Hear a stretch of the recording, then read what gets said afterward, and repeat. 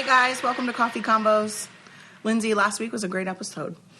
Honestly, it was. I felt like that we talked and I felt like it was 2 minutes, but then we realized it was like an hour. And 10 minutes. Yeah. And sorry about it. No, I'm not sorry. So if you guys didn't want to hear us talk that long, I'm sorry. I'm not. In advance. And Kail's never sorry. So that's perfect. One topic that we did not get to talk about last week was something that I uncovered that we have talked about on the podcast multiple times before. And people ask me about this all the time in comments when I post if I have found Will's finsta yet. And this is a whole long thing. It's like I'm kind of relieved that I found out that he had a finsta. Kind of... Wait, but you backtrack. He has a finsta. Yeah. So it's confirmed he has one. Yes, it is confirmed. Because people, I feel like people reaching out and saying, have you found it yet, is assuming that he even has one. So we didn't know for sure. From the episodes that we've done, with Will or because he knows what we do. Okay. I did an individual, how you did the therapy with episode Katie. with Katie.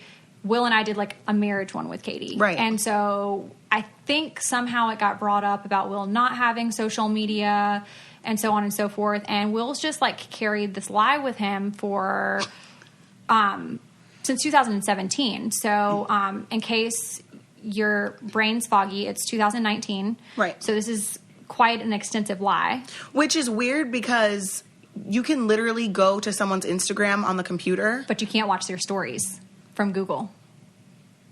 Oh, and you can't see, I guess you can't see the likes either, probably. Right. Who's liking it. Right. So he probably realized this. Right. But you've had Instagram for so long. Why only in 2017 is he creating a finsta? Well, because we went through our separation in, I think, 16. Our so second why separation not in 16. just make an Instagram? Because he didn't want me to know that he had one. And he doesn't want other people to follow him. He doesn't want to be a part of, the social media world. Okay. He wants to be a creep. Got So, I guess I'll just backtrack a little bit about how I uncovered this. Because Will has consistently stuck to the same story that he did not have an Instagram. Right. And does not have a Facebook. Maybe he has a Facebook. Facebook. I don't know. Maybe he has for Twitter. Right. I don't know. But curious minds, I don't think that you would ever... None of us would have ever been able to, type in the search bar and find his finsta. None of us would have. So I have asked him so many times, Will, do you have an Instagram? We all know, Coffee Combos podcast listeners and host know that you have an Instagram. I actually he knows too much. I believe that he didn't have one. He knows too much. And but that's I how thought knew. maybe from Google. No. I believed Will. Because he knew. I would follow him if I wanted to follow his finsta. Well, first off, he has no post. He has no followers. He has. I looked. He has nothing on there. So, first off, the name doesn't even make sense. So I'm like, but he did that on purpose to throw everybody off. Right? So I'm like, okay, why even lie about it? If you just want to creep on me and you're that obsessed with me, then just tell me, dude. I know that you love me. You should have just done a story on it. Hey, Will, I see you watching. I see you tweeping. Well, you know how I realized that he had one? I've known this for a while, but I could never confirm it. How did you find out? Because he knew stuff that we were doing, from our stories, that he wouldn't have been able to see on a Google search. But his friends could have told him. No. Because his friends would aren't not be looking that hard. If his friends were that obsessed with us, then that would be another issue. Right. So, true. Okay. I'm like, how do you know some of this stuff? But I would never call it out. I would just let it go. But I'm like, the bastard has a finsta and I'm going to find it, but I'm not going to say anything. So the other night I had cooked dinner, cleaned up the kitchen. We all know my house is still a wreck, going 4 weeks strong. One of the weeks. Thank you, Kail. Sorry. I had He went through his phone. I did go through his phone, but not before this. So I had done a story about the people that we were going to have on the podcast in Atlanta. Sure. And I looked ratchet. So I obviously used like the big lip filter. My favorite one. Yeah. It's Coffee Convo's podcast favorite filter. Yeah. I wish I looked like that in real life. It's like a Bratz doll. But I had done this video and it was like 4 stories. Mm-hmm. So I'd gone upstairs to take I told him I was going upstairs to take a shower. I'd cleaned everything up downstairs. And I heard my voice distorted. Like on that filter. So you heard it. You heard it. Him playing it. But he thought I was in the shower, but I had gone upstairs. I was going to the shower, but I was still in the room. So like I heard it. And now that I have hardwood floors upstairs, everything is much louder. Uh-huh. So it echoes. So I'm like, yes, these hardwood floors are so much better, like, than just for, like, cleanliness. It's good to, like... Spy. Yeah. I hear people coming, like... Everything, yeah. Everything. Mm-hmm. Like, it's... Basically, all detectives should have it. So, I'm like, who is listening to that? So I'm thinking to myself, like, maybe Jackson has somehow downloaded, like, Instagram on his tablet or something. Like, because I knew Jackson was downstairs. So I was like, maybe... And then I thought I was crazy. I was like, maybe I listened to my story so many times that you're hearing it that in I'm your hearing head. it myself. So I yelled down to Will, and I'm like, Will, are you on Instagram? He got caught red-handed. He's like, no. No, he continues this lie. He's like, no. So Jackson comes running upstairs, and he's like, yes, he was. He was on Instagram. He was looking at your picture with that weird face. And I was like... I know he was. Like, I heard it. With the weird face. So the biggest problem for me was not the fact that Will was on Instagram and that he had lied since 2017. But this isn't funny. The biggest problem was that he lied in front of Jackson, like saying that he wasn't on Instagram, and Jackson knew that he was on Instagram. All right, business owners that are listening to us, when you started your business, did you dream about all of those admin tasks like drafting proposals and contracts and tracking down payments? Probably not. And if that wasn't part of your vision, you need HoneyBook. HoneyBook is an online business management tool that organizes your client communications, bookings, contracts, and invoices all in one place. They can even consolidate services you already use like QuickBooks, Google Suite, Excel, and MailChimp or Gmail. It's such a great service and lets you focus on parts of your job that inspire you. HoneyBook makes it simple for you to run your business better. Professional templates, e-signatures, and built-in automation keeps you on track and makes you look good. And right now, HoneyBook is offering our listeners 50% off of your first year with promo code COFFEE. Payment is flexible, and this promotion applies whether you pay monthly or annually. Go to honeybook.com and use promo code COFFEE for 50% off your first year. That's honeybook.com, promo code COFFEE. So then once Jackson goes to bed, Will kind of comes clean that, well, he actually didn't come clean, asked him for his phone. He had also gone on his phone, deleted the history, deleted the fucking app, like everything. And then when I was like, go to Instagram right now and log in, he's like, I don't know what my login is. I was like, bullshit. You were just listening to my video. Well, you can go to the app store and you can see that if he's already had it downloaded. Not on Android. I don't know how to do that on He Android. has an Android. Fuck. And see, he uses that to his advantage because he knows that I don't know how to work in Android. I literally look like it's literally foreign. Like 1 year old. Yeah. Like when I go on Android. So he acts like he doesn't know the password. And I'm like, don't sit there and act like you don't know the password. Like, you just were on it. Like, you were just watching my video. But the fact that he deleted it all off of his phone. Sketchy, right? So sketch. So then I'm like, that's it. I don't even care. I'm telling everybody on Coffee Convo's podcast that you have a finsta. Like, I'm calling Kail. I'm telling her that you're a liar. Like, you were watching my stories. Like, you're obviously a stalker. Like, he's like, you better not tell everybody on the podcast or there will be repercussions. And I'm like, okay, well, you have a finsta and now everyone's going to follow you. Okay, well, fine. Like, if you want there to be repercussions, fine. You can come on the podcast and defend yourself. Cool. Like, perfectly fine. But I'm going to tell everybody that you did this. And, yeah, Will has a finsta. I'm not going to tell you guys what it is. It's possibly deleted by this point. Because I told him that he's sketchy. He looks at what I do. Like, he literally goes... So why lie? Like, why can't you just look at what your wife does and not He said lie that he was about it? embarrassed that he was that interested. And You I'm don't like... care. I love Will, so he can... Why is that embarrassing? He's like, well, obviously, like, I want you to have your own life and stuff, but like... But he, like, wants to know what you do. He wants to know, like, what I do, you know?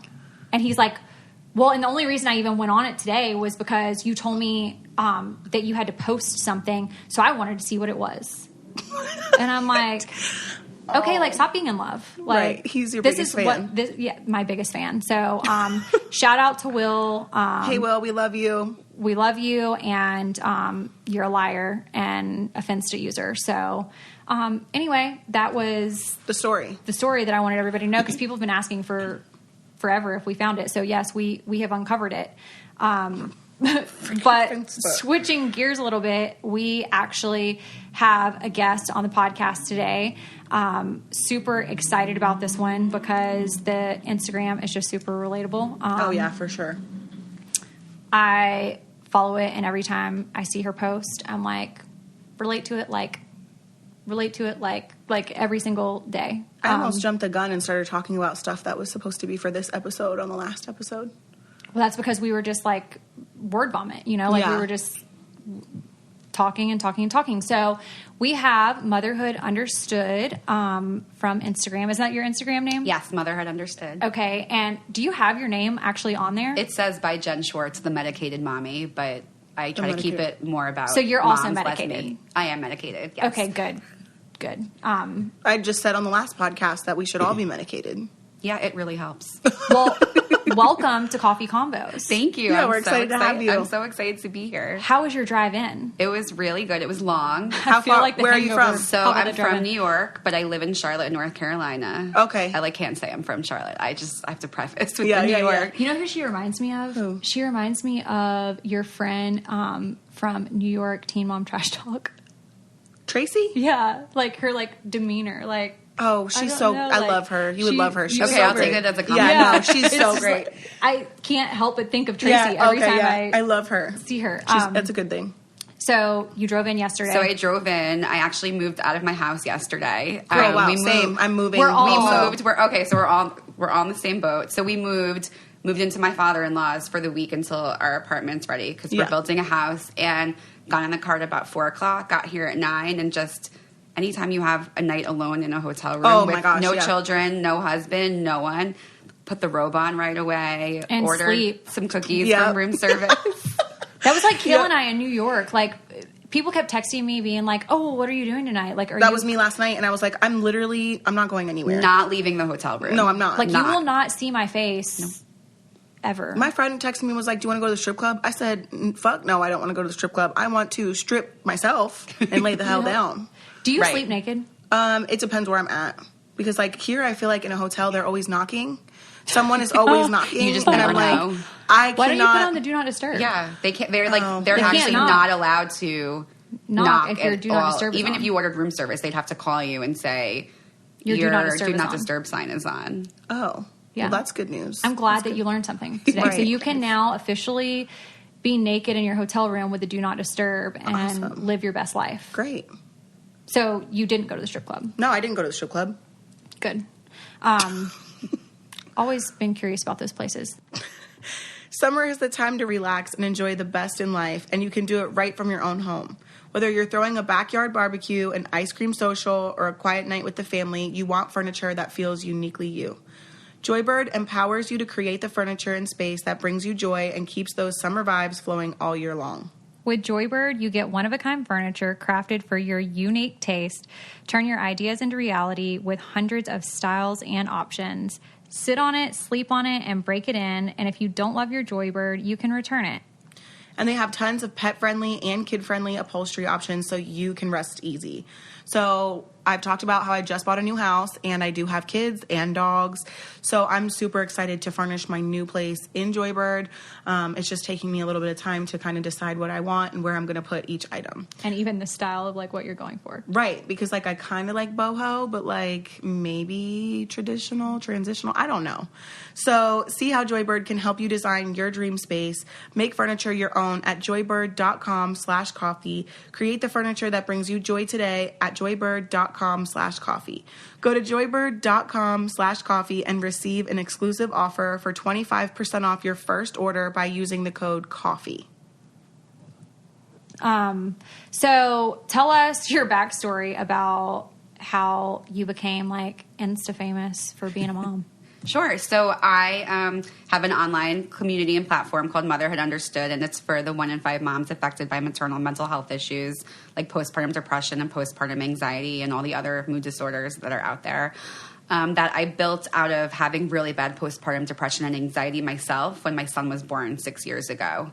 So I was completely blindsided, and I'm sure like many moms, I thought when I was pregnant, I was going to have what I call this Cinderella moment, where I just magically transformed into a domestic goddess and a perfect mother and a Pinterest queen and a breastfeeding champion, maker of my own baby food, you know, taking him everywhere, cooing, you know, just being obsessed with motherhood, loving it because I thought that that's what happened. I thought you're a woman. I think that 9 women out of 10 think that way. Right. Like you're a woman, you're naturally born to be a mom. And so when you become one, that's what happens. Right.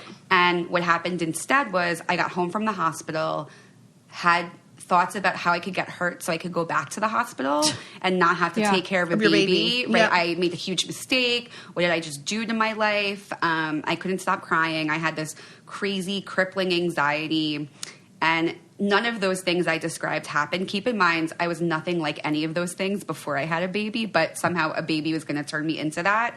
And what happened instead was I found myself in weekly therapy appointments, going on antidepressants for the first time in my life, and quitting breastfeeding after 5 days because it just was not good for my mental health. And I needed to take certain medications, and barely leaving the house for 6 months unless I was forced to. And feeling completely ashamed and alone. Helpless. And guilty because I didn't know depression and anxiety after having a baby was so common. I literally thought I was unique. Like I was the only one on the planet. Did I not just say that? Right. Yeah. That I thought it was just me while everybody else around me was enjoying motherhood and actually doing it really well.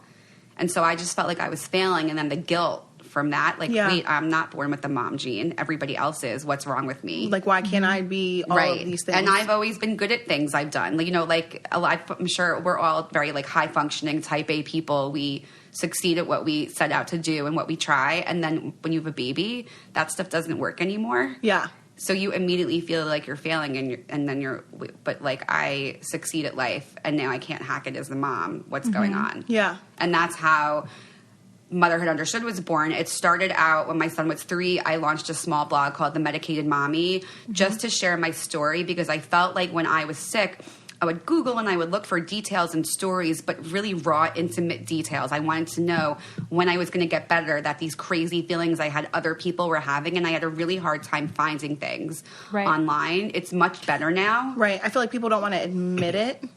Right. Or they don't know how to even share their stories. Right. And so it's hard to find. They're just as ashamed too. So nobody's talking about it, and no one's talking to each other. So I started this blog just to share my story.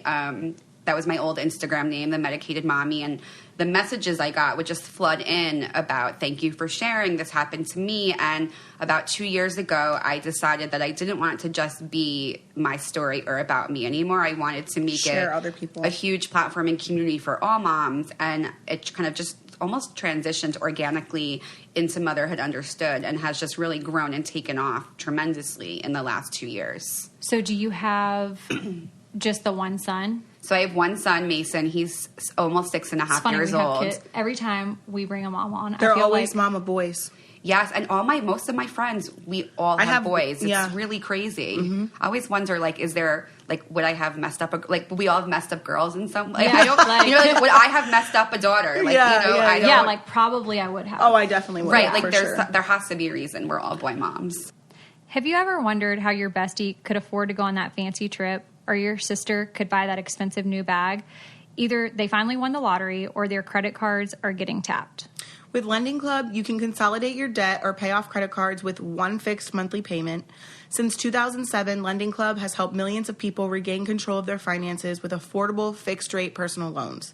No trips to a bank, no high-interest rate credit cards. Just go to lendingclub.com, tell them about yourself and how much you want to borrow.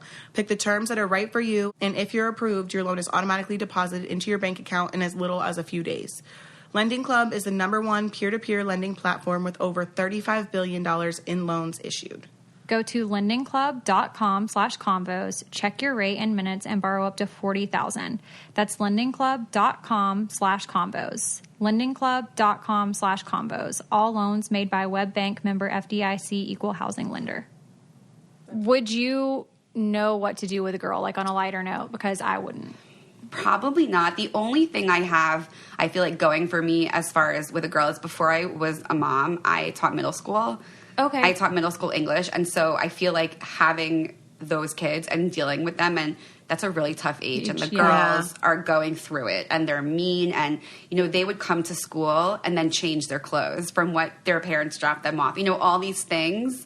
But no. Actually, Jackson tried to do that this morning. Did he? Thought he was going to put his Black Panther shirt in his bag, and I was like, no, that's not how it works. Like, your Ziploc bag in your backpack is an extra change of clothes. For an extra change of clothes, right, in case like you get dirty or something.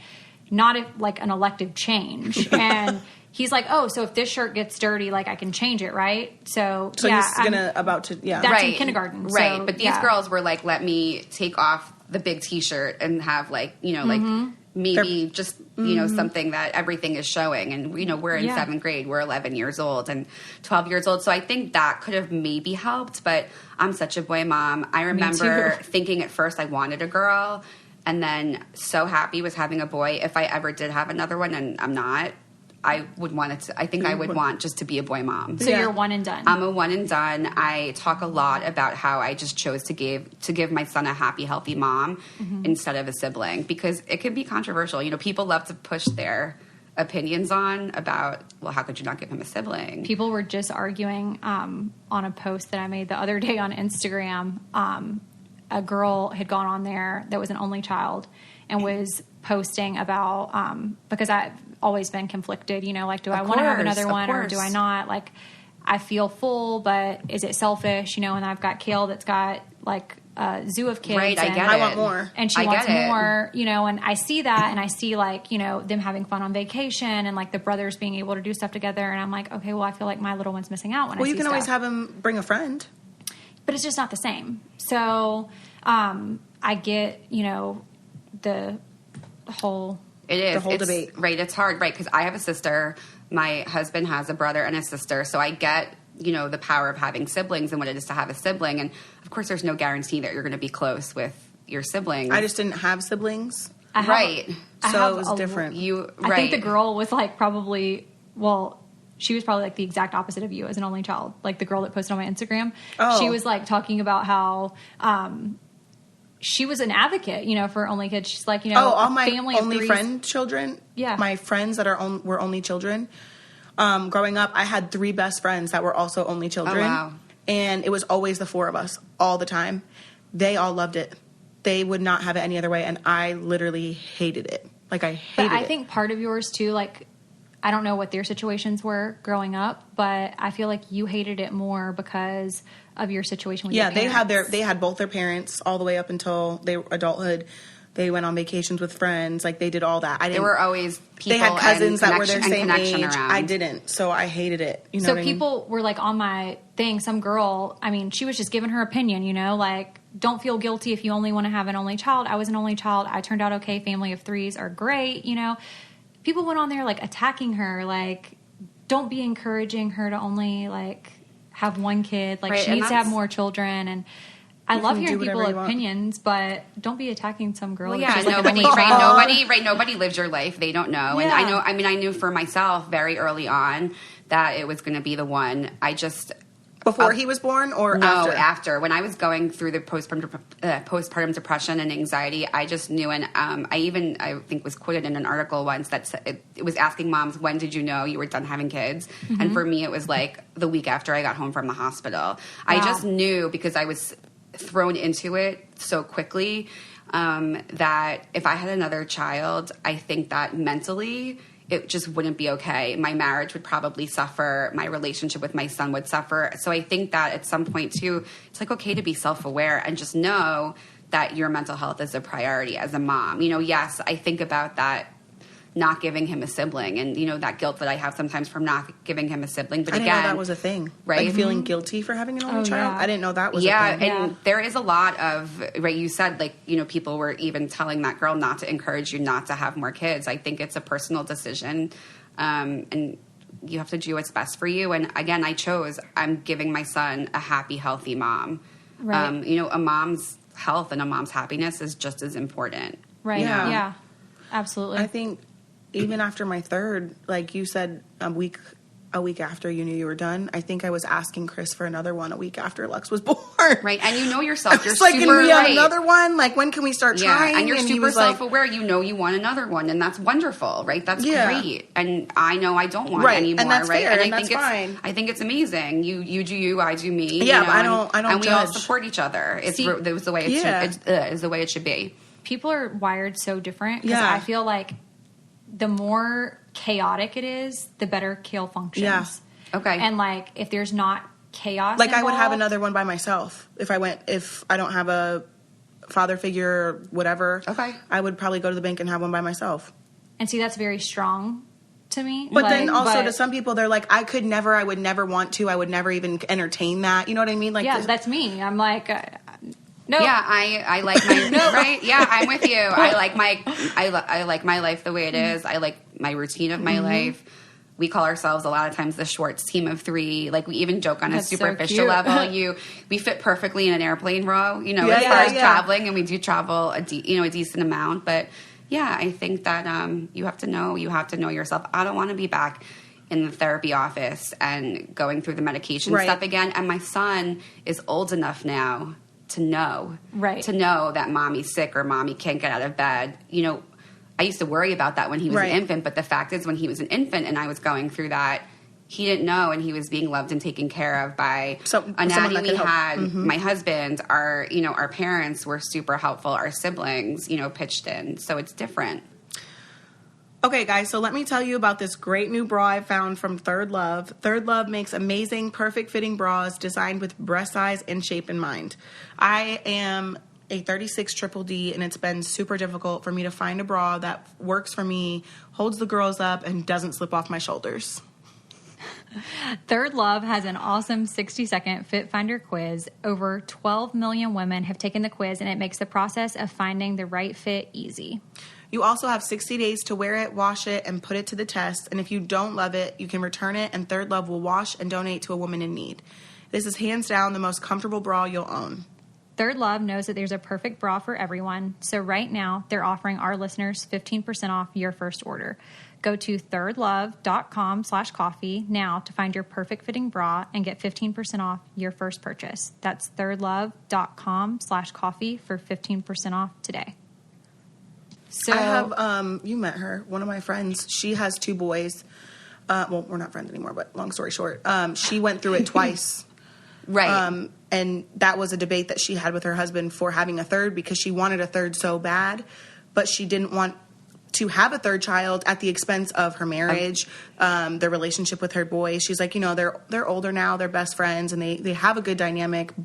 So yes, she wanted a third, but it would just be too much on everybody. It would almost maybe it could ruin what they already had. Right, and it's not a guarantee that it will happen again. Right, but she had it so bad two times. And if you have it one time, you are at a 50% chance of higher risk of having it again.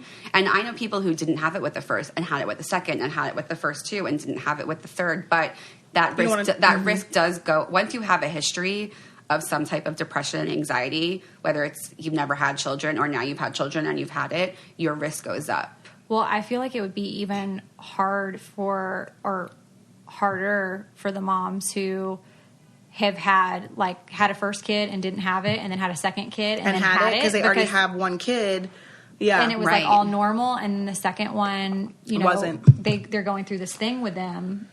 That would be hard because it would almost be like, is it something with the kid? Like, am I not as connected? Am I not? Well, right. That's what I had talked to Lindsie about earlier. I was saying how when I was pregnant with my second, I had this overwhelming fear that I couldn't love Lincoln. I didn't know what I was having, but I didn't think I could love this baby. I had really no connection. And I was like, I really think Javi should just raise this baby by himself. And, me and Isaac will go off and do our own thing, and I'll raise him by himself. But I didn't even want them to, like, I had a custody agreement with my oldest son's dad, and I didn't even want my husband at the time to drive him because I was afraid that they would get into an accident and I would never see him again. And then I have this baby that I'm not connected with. And, like, I mean, I quickly learned that once I delivered, you know, love multiplies, it doesn't divide. But I had this, like, overwhelming fear, I guess, of just not being connected. Right. And it's so common, and anxiety. But people don't talk about that. Exactly. And anxiety is common in pregnancy also. And I have so many friends that worried that when their second baby was coming, they were not going to feel the same, or they didn't feel the same at first. And if you don't have something the first time and you have it the second time, I think it's right, because you don't know what's going on. And a lot of times, whether it's your first or your second or your third, and it's the first time you're experiencing a mood disorder or any type of those feelings. Would that be a mood disorder, you think? No, I think that's just, like, just common anxiety, and like normal, like worry, you know, like mom worry, like I'm not going to be connected, things like that. But then if you don't know that it's a thing, you just feel like you're failing, right? Yeah. So, oh my gosh, I felt horrible. I would cry and cry and cry about it. So it could, you know, look, you don't have to have an actual diagnosis to, no, that's true, right, to, of course. You know, like, you don't have to sit in a doctor's office and they say you have during pregnancy anxiety, right? You feel how you feel. I think it's so common no matter what. Oh, I got attacked for that. Now they think that he's I know. the evil stepchild that I never loved. But I'm like... I personally get messages on my Instagram, and I'm not even Kail, and it'll be like, why doesn't Kail love Lincoln? They think that I don't, and it's weird because Lincoln and I have a different bond than I have with Isaac and Lux, because I ended up breastfeeding Lincoln for over a year. Right. So I have a completely different bond with him, and they think that I don't love him because of how I felt during my pregnancy, and it's really sad. Like, which is, and really, you should be talking about that stuff. That stuff is so normal and common, and we need to normalize it. They're like, "Where's Lincoln? You don't care about him. Isaac and Lux are your favorites." And that's such BS, because I feel like Kail talks about how funny Lincoln is all the time. All the time. Like, she's constantly talking about him. I'm like, Kail, do you have a favorite child?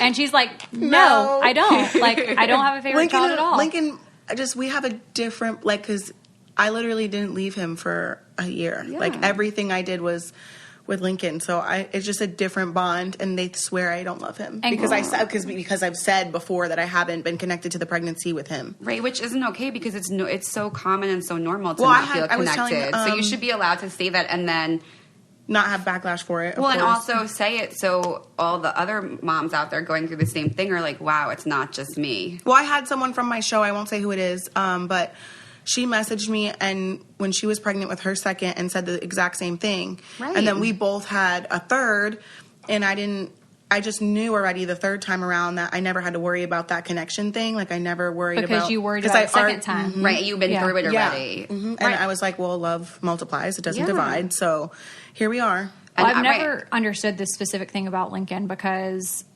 I know from, like, a different perspective, you know? Everyone, people who know me swear Lincoln's my favorite. I know. But I'm like, I don't have a favorite. It depends on their behavior Lincoln that if she day. had one. No. It just depends on their behavior that day. Right, at the time. Right, exactly. The favorite. Who's the favorite at the moment. But Lincoln's so funny. Like, he's just, like, he's all boy. But he's so funny. He's so funny, but I think he's wild. Seems like very connected to you, though. You know what I mean? Like, he's definitely his, like, if he had to choose between me and Hobby, he's choosing Hobby. Why do you say that? Because he loves his dad. Like, my other boys love their dads, but Lincoln is his, like, you would really think that Hobby made Lincoln by himself. And looks-wise, he did, basically. I don't think any of my kids look like me, but yeah, I mean, Lincoln... You know what? When you're like 12, you can make the decision which parent you want to live with. Yeah. Lincoln's going to pick his dad. But I'm like, but I breastfed you for a year. Right. You're like I came out of this, and then these were... I always tell him, I said, I birthed you. I carried you around for 9 months. I birthed you. I breastfed you for a year. And your dad sat there in basketball shorts. And you get to go live with your dad? Like, what? Right. That's what I say, too. I'll support him. Whatever. Whatever. It's fine. I didn't feel very connected to my son for 6 months. It really was about 6 months. And oh, wow, yeah. You know, in love with him, right? And I know I'm an amazing mother, you know, and we're so connected. And we do joke that he's literally 95% my DNA and my mini-me, and he'll do something and my husband will look at me and like shake his head.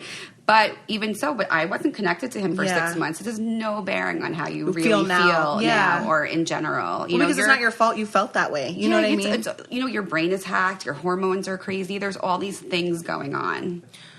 So are you guys struggling to make sure that 5 more minutes doesn't end up being 5 more hours with your kids on their devices? Use Circle to set limits and end screen time debate with your kids once and for all. Circle is the easiest way to manage your family's online time across all their connected devices inside and outside your home. With Circle Home Plus and the Circle app, parents can filter what content is allowed, set limits for screen time, and monitor history and usage. Keep track across every connected device from laptops, phones, and tablets to smart TVs, streaming devices, and video game consoles, all from one app. Each family member has a profile that is fully customizable to their needs, age, and maturity, so you'll never stop worrying about your kids, but with Circle, you'll have one less thing to worry about. Right now, our listeners get a limited time offer of $30 off a Circle Home Plus when you visit meetcircle.com/coffee and enter coffee at checkout.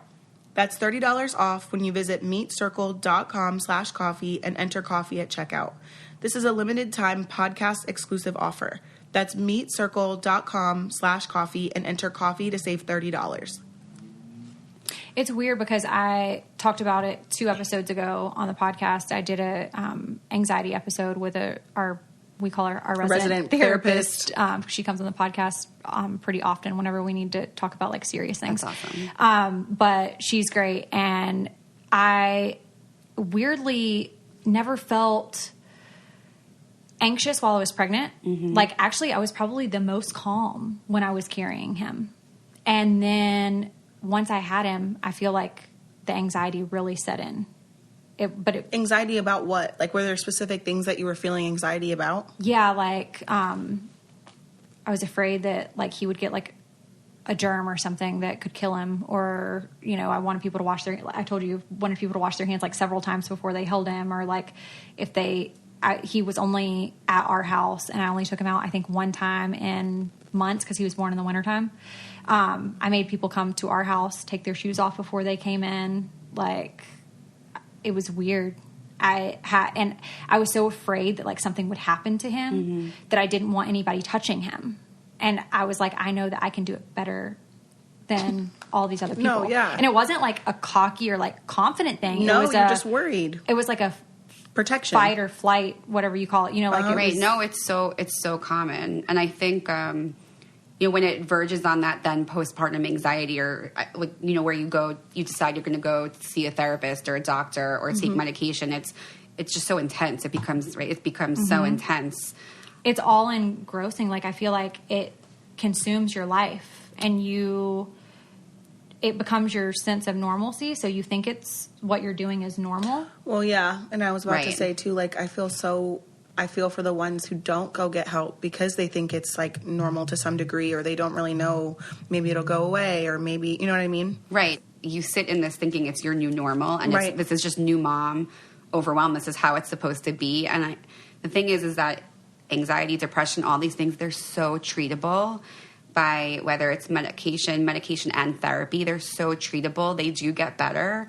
And you don't, but so many moms sit in this suffering because they don't know. Well, also, I think your support system plays a huge role. Yes. You know, I think a lot of partners don't know how to deal with it, or they think that you're just bullshitting, or they think that, it'll, like I said, go away. Right. So I was lucky. So when I had those thoughts about going back to the hospital and wanting to get hurt, my mom was staying with us, and she's a therapist. By second career, but she's a therapist. And so I promised myself that night, so it was the day after I got home from the hospital, I promised myself that night I would say something to her. I didn't know what was going on with me, but there was a red flag. Something was off. And I was about to say something to her, and she cornered me and she said, "Jen, what's going on?" She already knew. She knew something was off. Apparently my husband had said something to her too, but she'll tell you to this day that she literally witnessed the light go out behind my eyes. Like, she saw... I have the chills. Right? She saw the change. Look, I know. Same. She saw the change, you know, that this wasn't my daughter standing here. This was like a ghost of herself. And that for me started this path of what are we going to do to figure out what's going on and get better? And what was wrong with all of that was that we didn't know what was happening. So we didn't know the right place to go or where to start.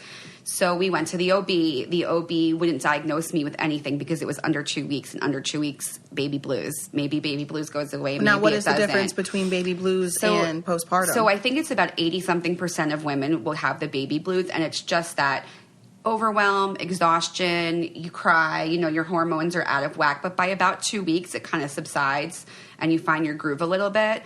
With the anxiety and the depression and the mood disorders, it doesn't. And also for me, it was the intensity of everything. It was the combination of the intensity of the depression and the anxiety were so high, and also just not finding joy in anything that I used to find joy in. I mean, I didn't even want to go shopping. I didn't want to watch TV. I didn't want to do any of this or go to yoga or any of the things that brought me joy before. So that was kind of how we could tell that it was more serious. But the OB just prescribed me with Klonopin, which is a very strong anti-anxiety medicine, sent me home and was basically like... But then how do you even function as a mom on that? Well, right. And I was lucky. We had a baby nurse. So at night there was somebody who came and I got to sleep because I was already supplementing with formula. It would be a few days later that I would just give up breastfeeding totally. But the anxiety was so bad, the Klonopin stopped working after 5 days. And then it was like, well, now what? So I went to my regular doctor. He prescribed a different one. It didn't work. We found a therapist. I went to a therapist and I got to her office and I sit on the couch and she just wants to talk about what I could do to be a good mom. And you just probably lost it. Was not helpful because I didn't even want to be a mom. And I also felt like a horrible mom for feeling that. And then I just happened to Google postpartum depression therapy, Charlotte, North Carolina. And a woman popped up. I called her. I left a message. I think it was a Sunday. She saw me the next day. And that was just... a relief because she diagnosed me. She gave me a list of risk factors. Who knew that there were risk factors for postpartum depression and anxiety? And what are those? Do you remember what they were?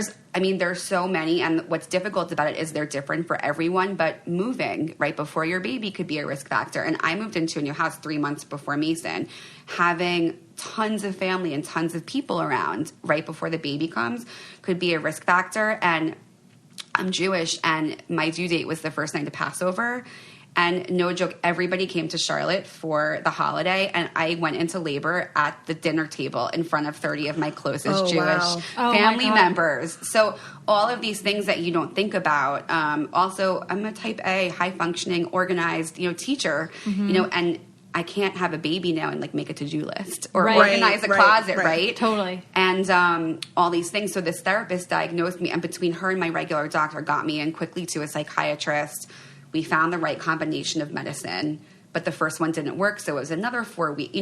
I think what happens is we're not preparing and educating women in pregnancy, because how great would it be is you had your baby, something was off, you knew exactly who to call and where to go, and then you got the help quicker and you got better faster. Right. But I really think if I got that help quicker, I would have missed so many less milestones in that first year. And that's kind of why I'm so glad we're talking about this, because that's what needs to change. I don't remember ever... talking, I don't remember my doctor ever telling me about what that was. And they might have given me a pamphlet on it or something real simple, but I don't ever remember going over the possibilities of postpartum prior to giving birth. Right, and whether they mentioned even specifically postpartum depression, postpartum anxiety, OCD, I know what you're psychosis. Did anybody even tell you that you're going to need to prioritize your mental health over your babies? No. They talk. I remember. Well, for one, I remember at the 6-week appointment. They ask you, "Are you feeling like you're going to hurt yourself?" I was going to say. It. Yeah. But postpartum is going to come before that. It can. It can. And then the other thing was we couldn't be released from the hospital. I don't know how it is here, but in Delaware, you can be released from the hospital without watching probably 2 hours worth of car seat installation videos and nothing on postpartum. Right. Do you have a car seat? Do you know how to use it? Did you go to the bathroom? And I lied about pooping. Do you feel like you're going home to a safe environment? Yes. Do you feel and no co-sleeping and no anyone's co-sleeping harming you? nothing about you might not like motherhood. You're going to be very tired. You're going to be tired. You might have anxiety, depression. Do you have help? Right? Nobody ever mentions mom needs to take care of her mental health first, which in turn is the best way to take care of her baby. I remember leaving the hospital with Isaac, and they filmed me, and I was in the backseat riding with Isaac, and Janet was driving, and she's like, "Are you ready to go home?" And I was like, "No." Oh, wow. Because I was so tired. Yeah. And everyone went, nobody stayed in the hospital with me. And then as soon as I got home, nobody stayed at the house with me. Everyone went back to work. I had nobody. Right, it's almost like you're forgotten about. Oh, you have the baby now, so you're good. Right, no one mothers. Well, what about? No one mothers the mother. We need to mother the mother. Mm-hmm.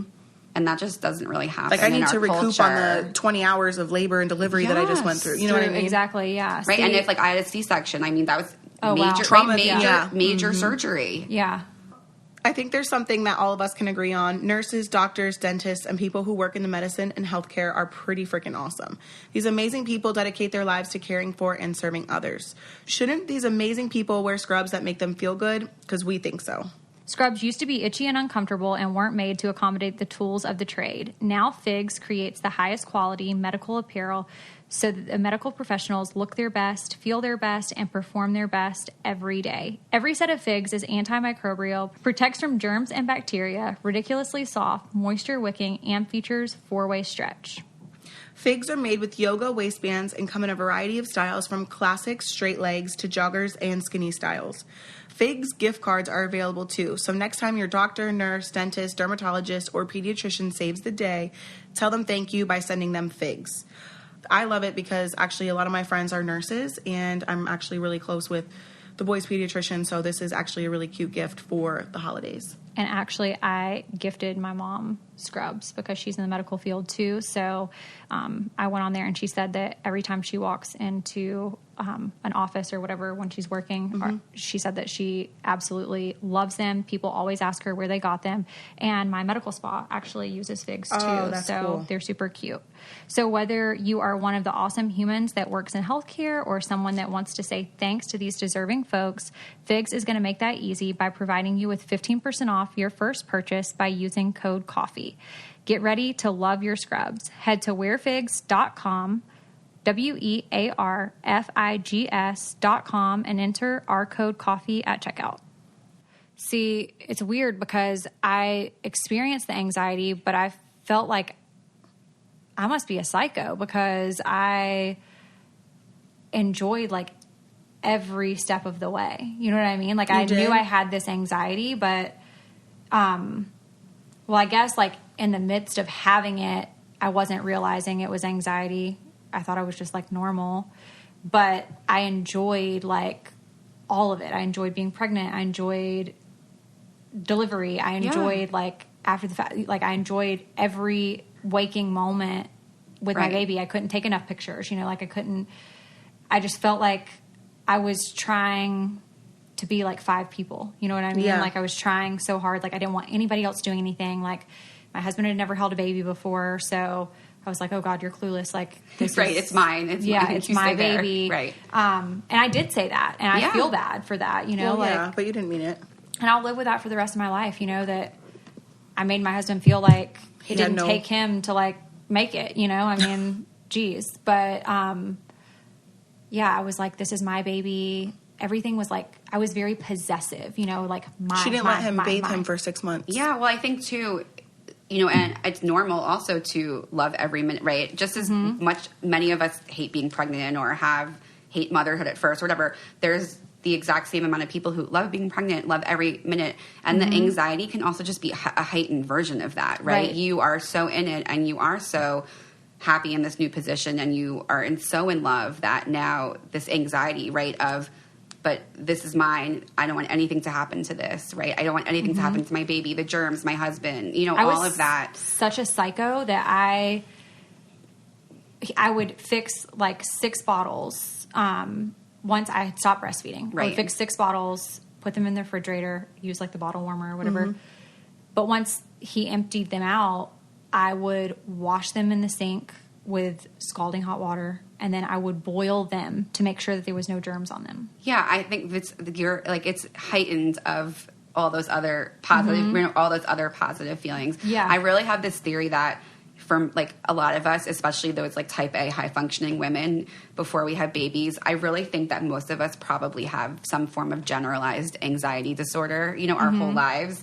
We just cope, right? We cope with whether we're shopping or we're I don't like the studying organization. or Right, I don't like that. Like, that would drive me nuts. You thrive in the chaos. Like, just give me the freaking bottle. I'm going to wash it and we're going to give it to the baby. Like, chill out. Right. And not that I'm judging you, but I'm like... Kail would literally kill me. You're taking too long. Just wash it and hand it to me. We should go on mom swap.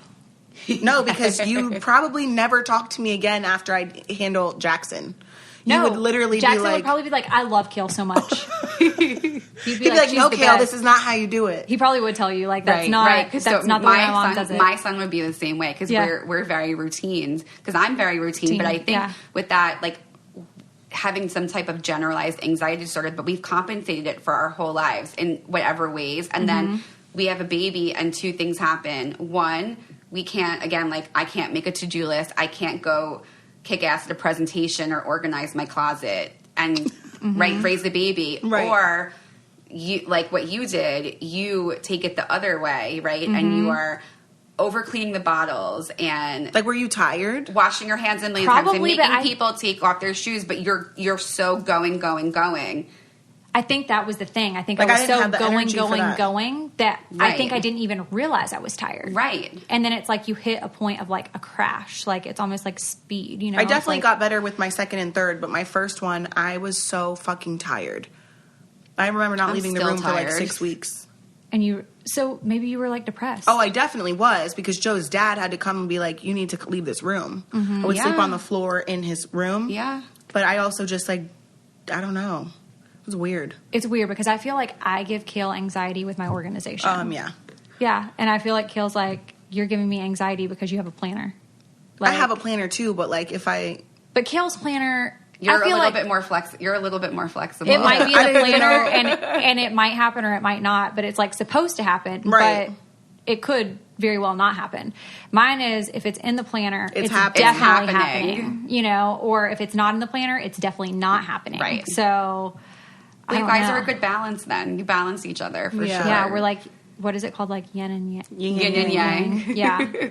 Yeah, that's what we are. Yeah. We're actually going to the crystal store later. Yeah, that's my place. Kail said that we're going to get me a crystal. I'm going to get her a crystal. For what do you think it's like? I for think what she should she's just gonna focus on? Like clear quartz because I feel like it's the master of all. She just needs that one to start. So wait, can we... Clear quartz was my first one. So. Are you into any of this stuff? I like. Are you religious? Are you? I'm not religious, but I think maybe a little more spiritual. I mean, okay. I'm so have you Jewish seen a psychic before? Yes, and astrologer. I love all this stuff. Okay.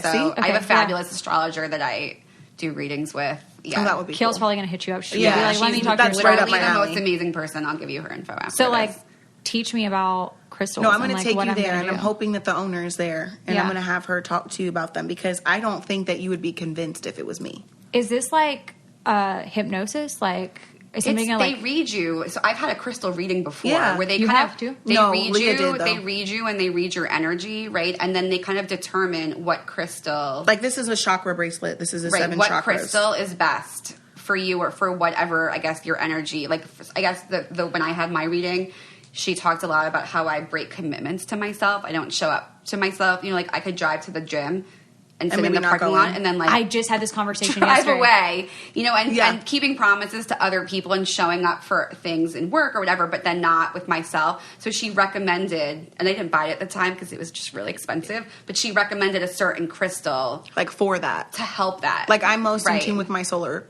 plexus, so like there's certain crystals for that, and that's like right here. Your solar plexus is like right here. Right, it's one of your chakras. Right? Yeah. So Kail is going to try to make me talk to the owner because she thinks I won't believe you. What makes you think that I won't believe you? I don't think you believe anything I say. What? I think that you ever take anything I do seriously. I do. I just feel like you're so nonchalant about everything. Like, you know, kind of like you going to jail. You're like, oh. Whatever, just another day. Like, I don't know how I can really take that seriously. I'm like, okay, well, you know, I might call one day, and if it goes to voicemail, I know I need to call the assistant to find out if Kail is she just overslept or she's in jail. No, she's not overslept. She's locked up. Like I'm up at 6:30, but I'm definitely in jail. Yeah. So I'm excited about this. So do you have crystals like at your house? I don't have any, but I do love all Show her your collection. I do love all of this stuff. Like I really do love all the woo-woo. I will really try anything once. Yeah, I do. I think there's probably a lot of hacks out there. This is just like I think that there's something. I do think that there's something to this stuff for sure. This is just a temporary home for them because I'm moving. Okay. So they're just like on the counter. Are you going to get like a case for them? Oh no, like I'm going to have like a whole You know how I have like my altar. Beanie Baby collection with like the protective cases? Kail's going to have all her crystals in protective cases. There's a lot of crystals. Wow.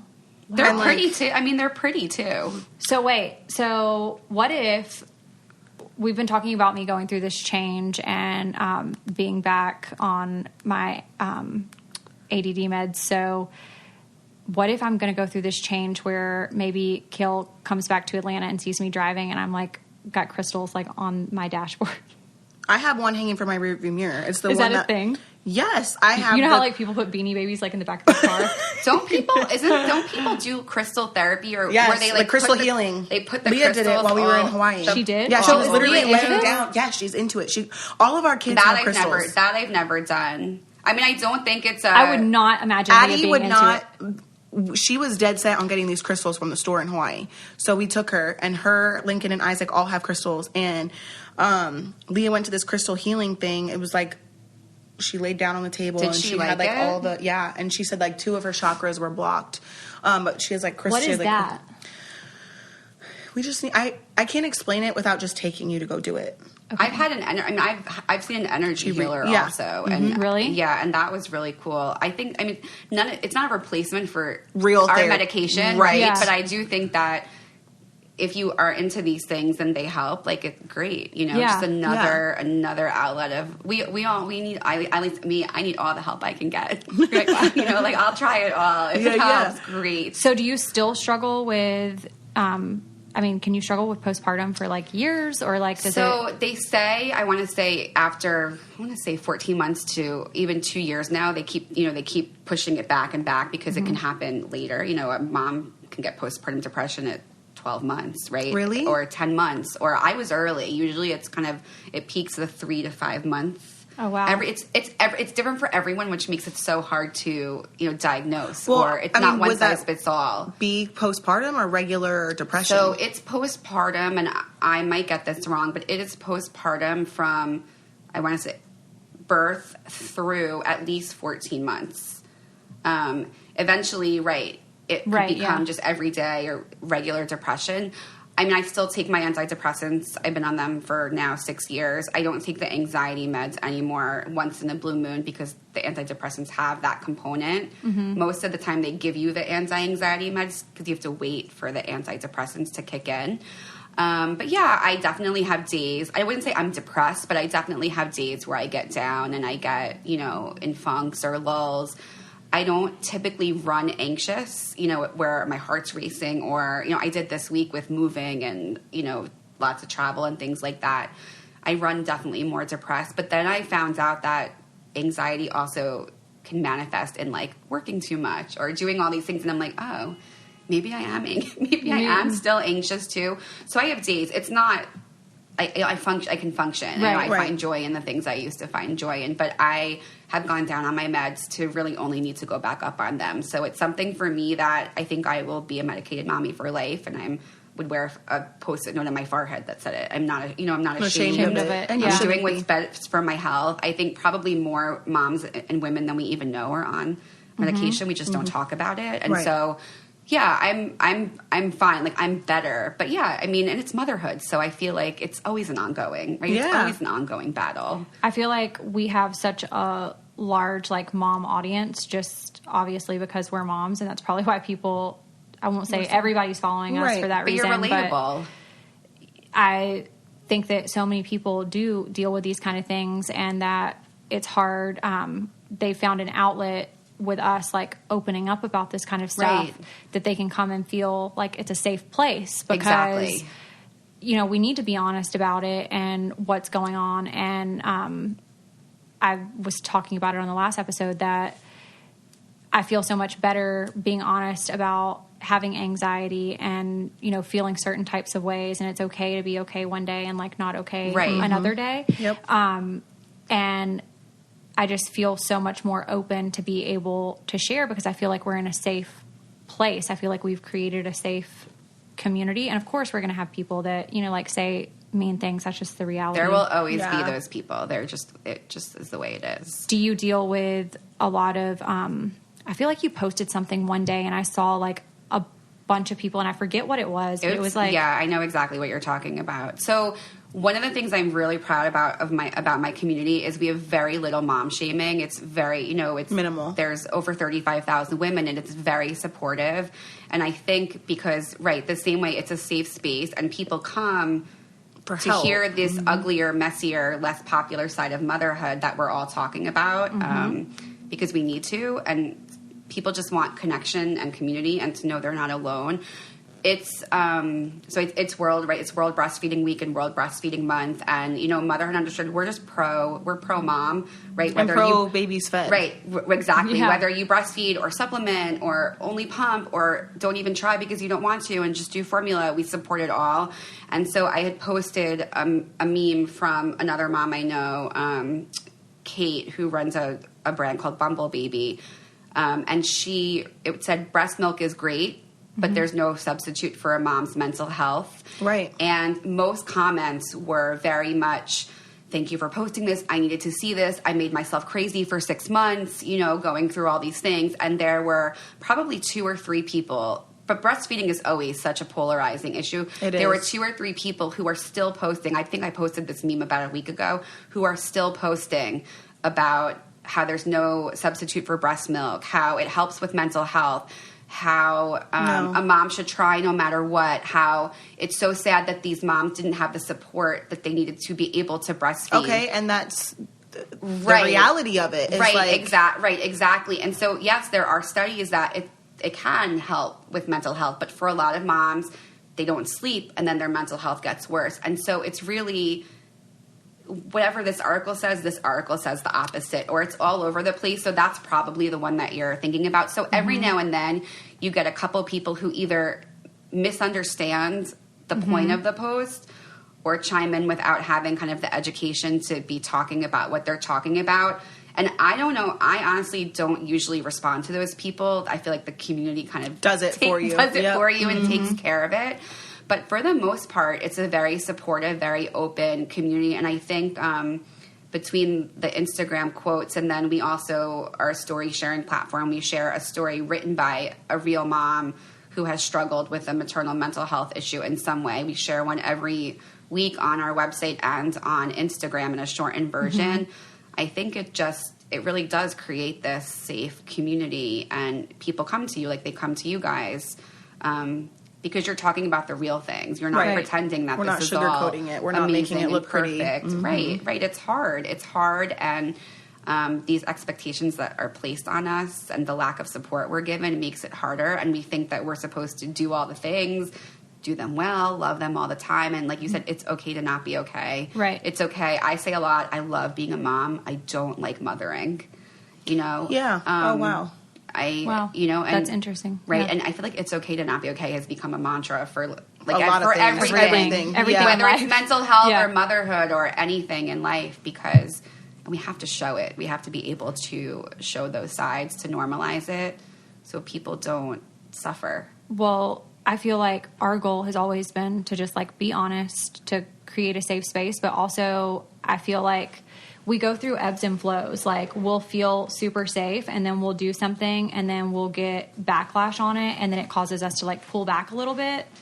But with that being said, I just feel like we just have to be honest, because sometimes I'll catch myself being guarded because I've said something in like a previous episode and people have attacked it. And it's like, well, like where is your basis coming from, you know, to attack me on that? Because it's just generally like how I felt. Right. And you should be allowed to address it. And also too, you guys are fairly public figures. So I think the backlash is more prevalent, but even so, you should say it anyway, because it's for all that backlash, it's helping so many more people than the people that are coming in.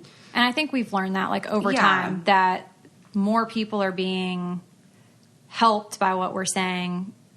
Our goal is never to hurt somebody, you know, with what we're saying, but it's just like our real life and what's going on. Right. And I think that it was a huge realization for me. It was last week that we were at the beach. It was our last little hoorah before, you know, school starts back. We did a 3.5 day vacation.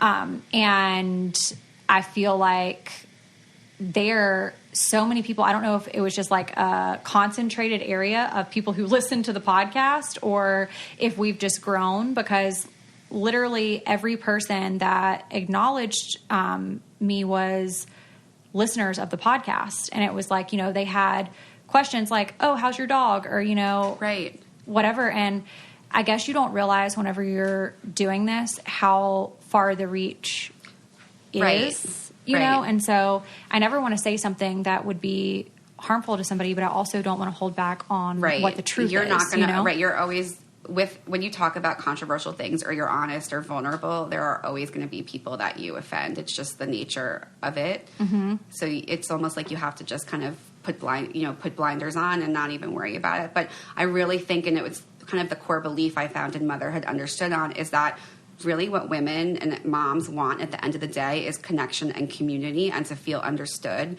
And that's why they're coming to your podcast, right? That's why they're coming to you and talking to you about your podcast, because that's what you're doing for them. And I'm sure you've even found it just with each other, right? Like with connecting with each other and being able to talk about these things. And I mean, so many of my friends that I have now, I've made over Instagram, and some of us have not even met in person yet, and now a lot of us have, and we work together and we partner together, but I tell them things that I might not tell someone who's known me for 20 years. Right. And it's that amazing connection that we can all talk about this stuff that is really what the moms that are listening to your podcast want.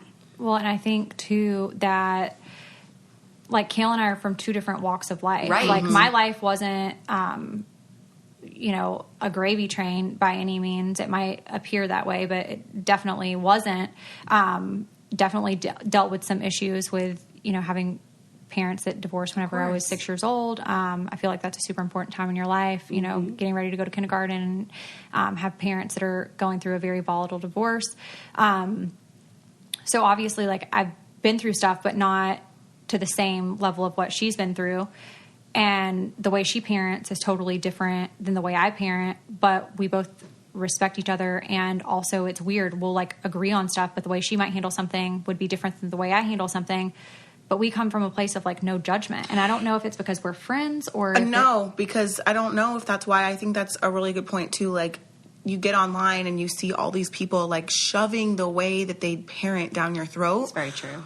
And I don't understand it, because I've breastfed a child for an entire year. I have not breastfed for an entire year. I've disciplined, and I know people spank and don't spank and all these things. Like, I don't judge anyone unless you're just not being a good parent at all. Right. Like, you're just not there. Unless you're negligent. I don't. So I guess I don't understand the sense of, like, need to tell people how. I don't get it. Like, I don't get the judgment thing, because I just don't judge people for and their we don't know. Like, I don't know what this mom is dealing with, so how could I judge? Right? How could I judge her? Or you do you. Right? You can't. I mean, I remember sitting. It's funny. I was sitting in Temple once, and it was a concert, and there was a family there, and the son was wearing, like, gym shorts, and in my head for a minute, I found myself getting, like, a little judgy, like.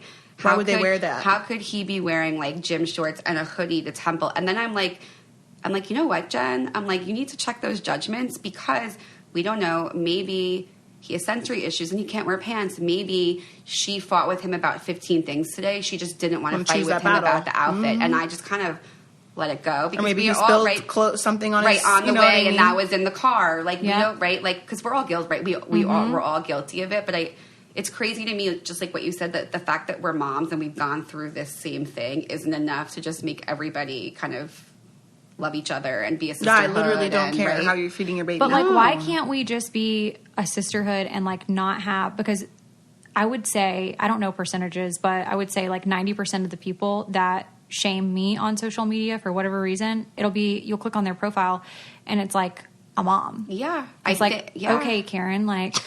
I don't know what it is. I feel like women, we're taught that we have to compete with each other or there's not enough space for differences. I don't really know. I just, versus the idea that like we're all here to lift each other up and support each other and high tides lift all boats and all of that stuff. We're our own biggest critic, especially in parenthood. Oh, of course. Especially as a mom, like the mom guilt, all of that. Right. So I don't need another mom.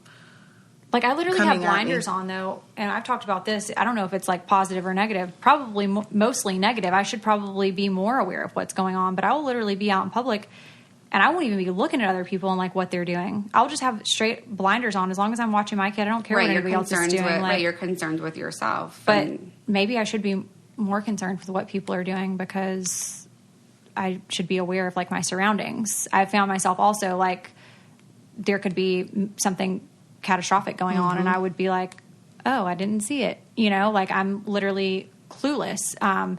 But people are in competition and I just don't understand that because in order to be in competition you have to be competing with somebody, and if somebody is not choosing to compete with you, you're not in competition. Right. And I just don't I feel like it's just I come from more of a collaborative space than competition. I just don't understand it. And I think too a lot of times that the person who is shaming you or attacking you, it has nothing to do with you. It's about always them, right? them. Always. There's something that triggered them, and now they're going on the attack. But they'll tell you no. They'll say no, not. until they're out of that space.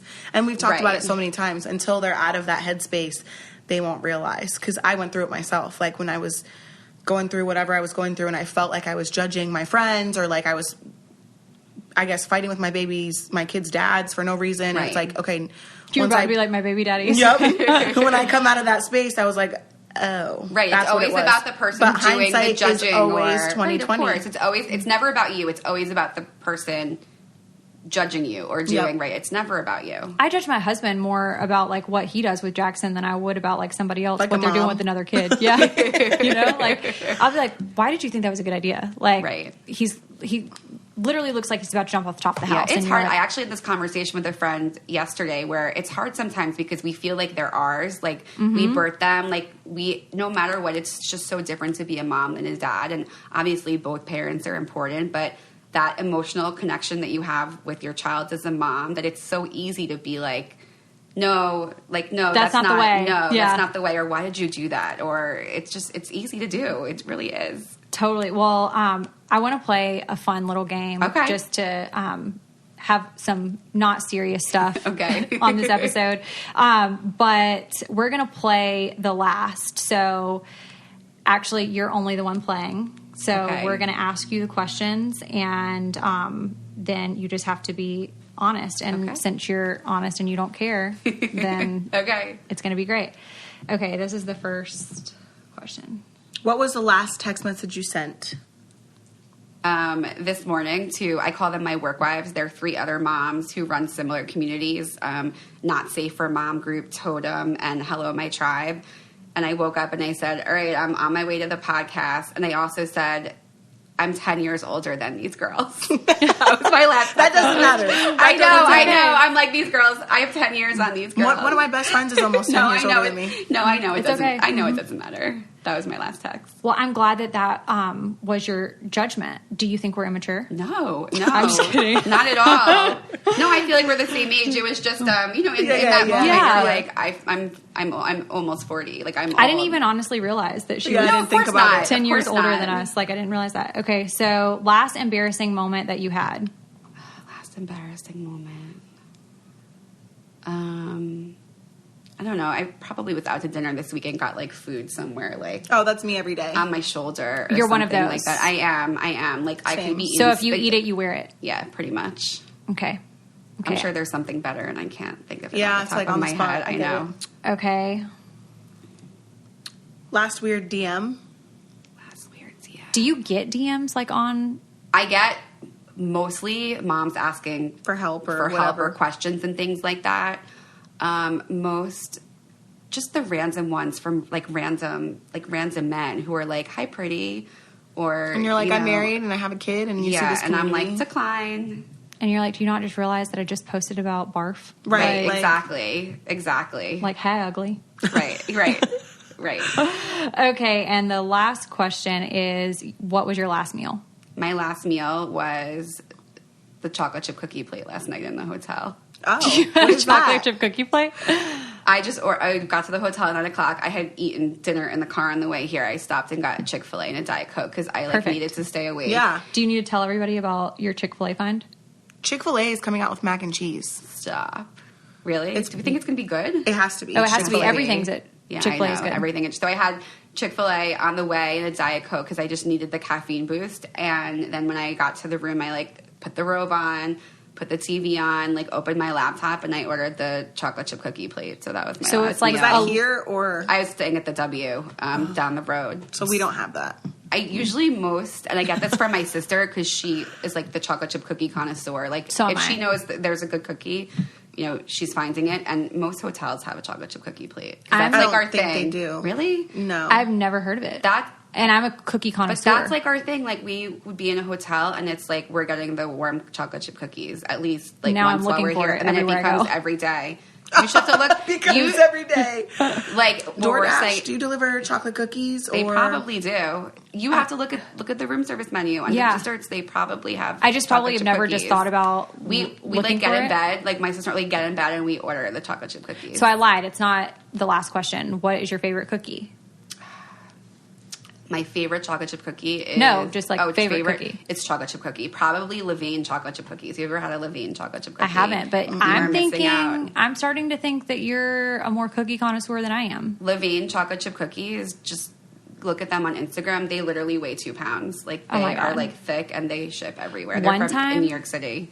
I can tell you a story about chocolate chip cookies. One time, NBC did this whole spread for us at my parents' house. Mm-hmm. We had a promo shoot for, I think it was season 2 of the show, and they brought in the best food ever, and they had brought in chocolate chip cookies, and they were scooped out with an ice cream scoop. So I guess when they made them, they scooped them out with an ice cream scoop. So the top was really gooey. And then the bottom was a little bit crispier on the edge. Oh, wow. I was okay, good. I'm done. You're done. Right, you're done. Yeah. I'm not working anymore. A really good chocolate chip cookie is It's the so best. good. Favorite cookie? Chocolate chip. Oh, I like a lemon drop from Panera. A lemon. See, I am not a lemon girl. I eat anything lemon. I don't like So fruit. will Will. I love it. I Will like would be fruit, best friends. but my husband and I were both Oh, the see, I same. don't. I don't like fruit in my dessert. I don't like fruit. I want chocolate. I don't put a raspberry sauce on it. If it's a cookie, Same. Chocolate chip, peanut butter, whatever. I'm not a big fruit in dessert. I tried to eat apples and person. grapes this morning from Starbucks, as be healthy, and I was I literally took 2 bites and I was I'm done here. Yeah. I'm I not get a it. fruit person, but And then lemon. she ate a croissant. I get She it. was like, I was like, I get it. cancel this idea. Oh my God. I love chocolate chip cookies. I'm not the best baker, but no, I'm not either. I like to. So my husband's the cook in our relationship, Okay. which I'm so grateful for. I'll do it, but I love to bake, but I don't do it often because I don't want to always. I'm not good I at don't it. want to eat it. Are you a good baker? Yeah, I'm a good baker. Okay, see, I don't do it mainly because I'm kind of lazy in that regard, but I also don't do it because I don't want people to have expectations to ask me for something. You know what I mean? If I say, oh, I'm a good baker, somebody might be like, oh, can you bake me chocolate? No. Yeah, but it's okay to say no. Yeah, but I feel No, like I'm I an know. avoider of no, you know? No, I know, I like know. to please people, so... Yeah, but no, I do. I like to bake, and I'm good at it. But it's funny because I like it because you can't mess it up if you follow the recipe to a T. Oh, I but can. cooking, I need a recipe. My husband hates baking because it's a science. If you Yeah. you can't You have to eyeball do it a and certain way. he would just eyeball things with cooking, which is why he's so good at it. My mother-in-law, when I first got with Will, first time I saw her make anything ever, my grandmother is the best cook in the world, and she eyeballs everything. So, there is no recipe. When I would call her in college to, make Will something to try to, flex on him, I would be like, what's the recipe for that? And she would be like, well, you need a dash of this, and I'm like, no, you don't understand. How much is a dash? How much? So she actually bought me measuring spoons that said a dash, a pinch, a smidge. Oh, that's cute. Yeah. So, but it was kind of as a joke, you know what I mean? Yeah. Right. But yeah, she bought me little measuring spoons that said that. But she's the best cook in the world. I can cook. I don't really.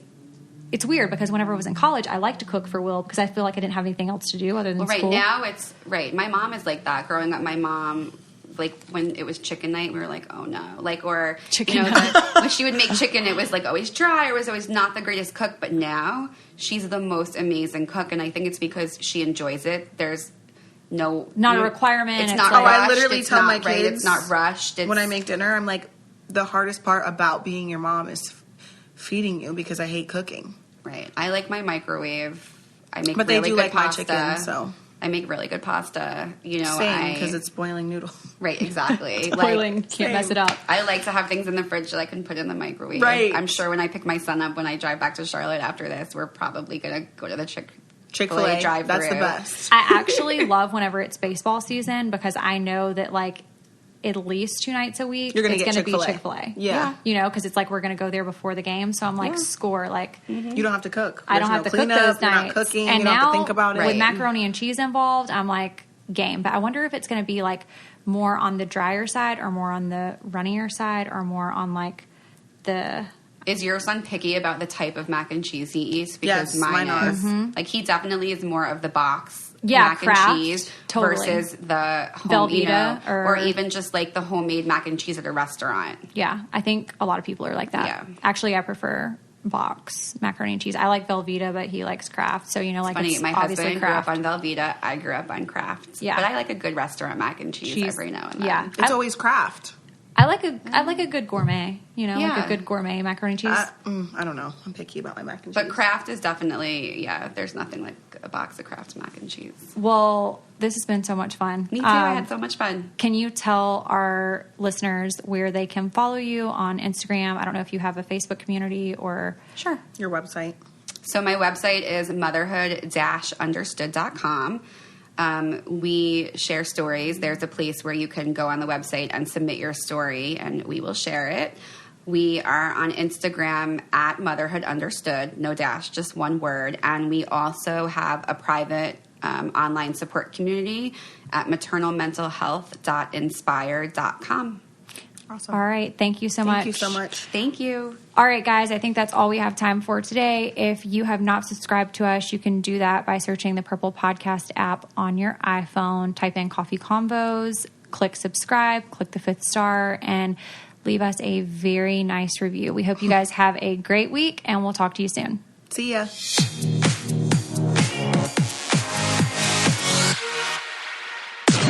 This podcast is brought to you by Wave Podcast Network.